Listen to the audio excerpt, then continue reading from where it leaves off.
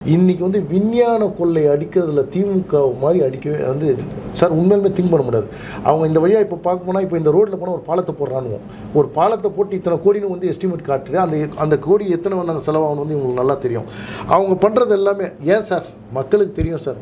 2G வழக்கு என்ன ஆச்சுன்னு தெரில. அப்போது நீங்களாம் பேப்பரில் படிச்சிருப்பீங்கன்னு நினைக்கிறேன் சார்.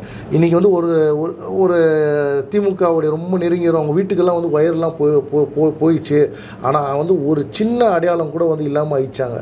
தவறு பண்ணவன் வேறு யாரோ, சிக்கிக்கிட்டவன் வேறு யாரோ. அது மக்களுக்கு தெரியும். எவ்வளோ லட்சம் கோடி ஊழல் பண்ணி தடையவே இல்லாமல் வெளியே வந்த இவங்களுக்கு எப்படி கொள்ளை அடிக்கிறதுன்னு நான் சார் சொல்லிக் கொடுக்க முடியும்.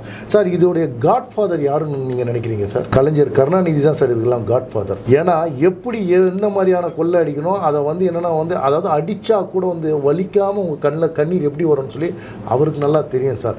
அவரோட சிஷ்ய பசங்க, அவரோட பையன் இன்றைக்கி வந்து போனால் முதலமைச்சர் ஸ்டாலின் கூட வந்து அந்தளவு தெரியாது சார் அந்த இதில். ஆனால் அவங்க கூட இருக்கிறவங்க தான் துரைமுருகனாகட்டும், நேரு ஆகட்டும், செந்தில் பாலாஜி ஆகட்டும், இன்றைக்கி வந்து பார்ப்போன்னா பொன்முடி ஆகட்டும், இன்றைக்கி அவரை சுற்றி ஒரு டீமே இருக்குது.